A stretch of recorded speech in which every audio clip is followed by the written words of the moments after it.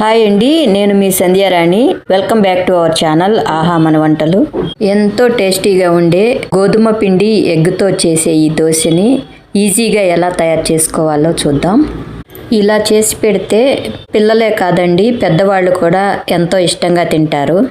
ఈ దోశని మార్నింగ్ బ్రేక్ఫాస్ట్లా కానీ ఈవినింగ్ స్నాక్ లాగా కానీ తినొచ్చు.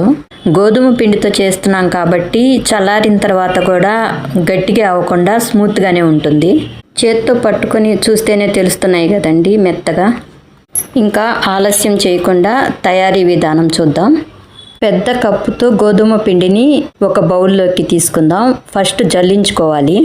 ఈ పిండిలోకి కొద్దిగా ఉప్పు, కొంచెం కుకింగ్ సోడా, మళ్ళా ఒక కప్పు పెరుగును కూడా వేసుకుని కొంచెం పులిసిందైతే బాగుంటుంది.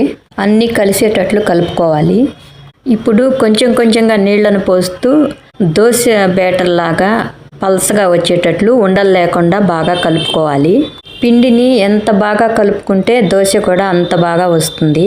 కొంచెం కొంచెంగా నీళ్లను పోసుకొని కలుపుతూ ఉంటే పిండి ఉండలు కట్టకుండా బాగా స్మూత్గా వస్తుంది. ఇంకా ఈ పిండిని మూత పెట్టి ఒక 10 నిమిషాలు పక్కన పెట్టుకుందాం.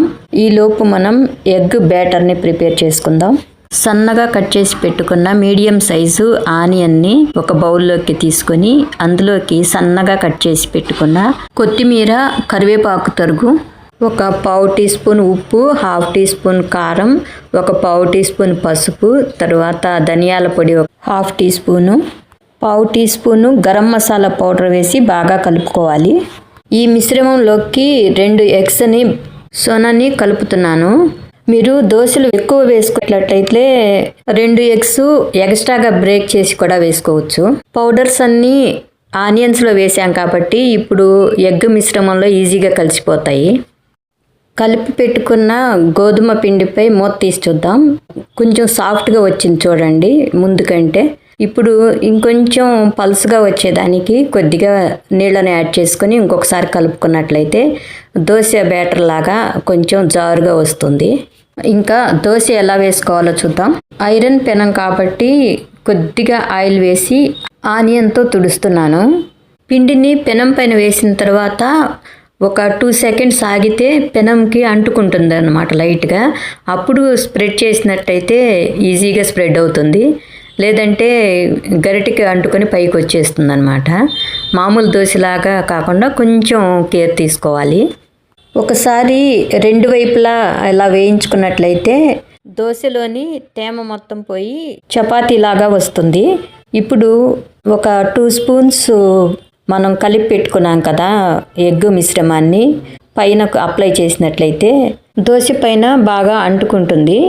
1 నిమిషం అలాగే ఉంచి మళ్ళా టర్న్ చేసుకోవాలి. ఇప్పుడు రెండో వైపు కూడా దోశ పైన కొంచెం ఆయిల్ అప్లై చేసి మళ్ళా ఎగ్ మిశ్రమాన్ని అప్లై చేసుకొని ఒకసారి అటు ఇటు టర్న్ చేసుకుంటూ ఉంటే ఆమ్లెట్ మాడిపోకుండా చక్కగా వేగుతుంది. ఇది 2 వైపులా ఎగ్ మిశ్రమం అప్లై చేసిన దోశ అన్నమాట. గోధుమ పిండి ఆమ్లెట్ బాగా వచ్చింది కదండి. ఇలాగే చిన్న చిన్న టిప్స్ పాటిస్తే చాలా టేస్టీగా ఉంటుంది.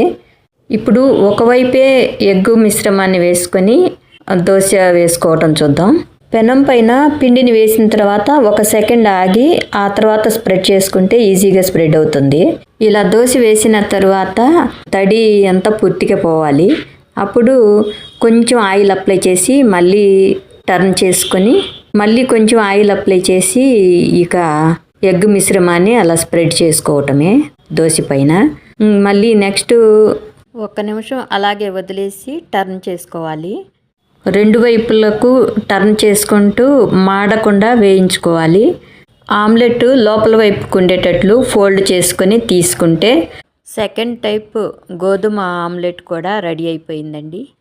ఇలాగే పిండి మొత్తాన్ని దోశలాగా వేసుకుంటూ దోశ పైన మళ్ళా ఎగ్ మిశ్రమాన్ని అప్లై చేస్తూ మాడిపోకుండా 2 వైపులకు టర్న్ చేసుకుంటూ ఎర్రగా వేయించుకుంటే మన టేస్టీ హెల్దీ గోధుమ ఆమ్లెట్ రెడీ అండి.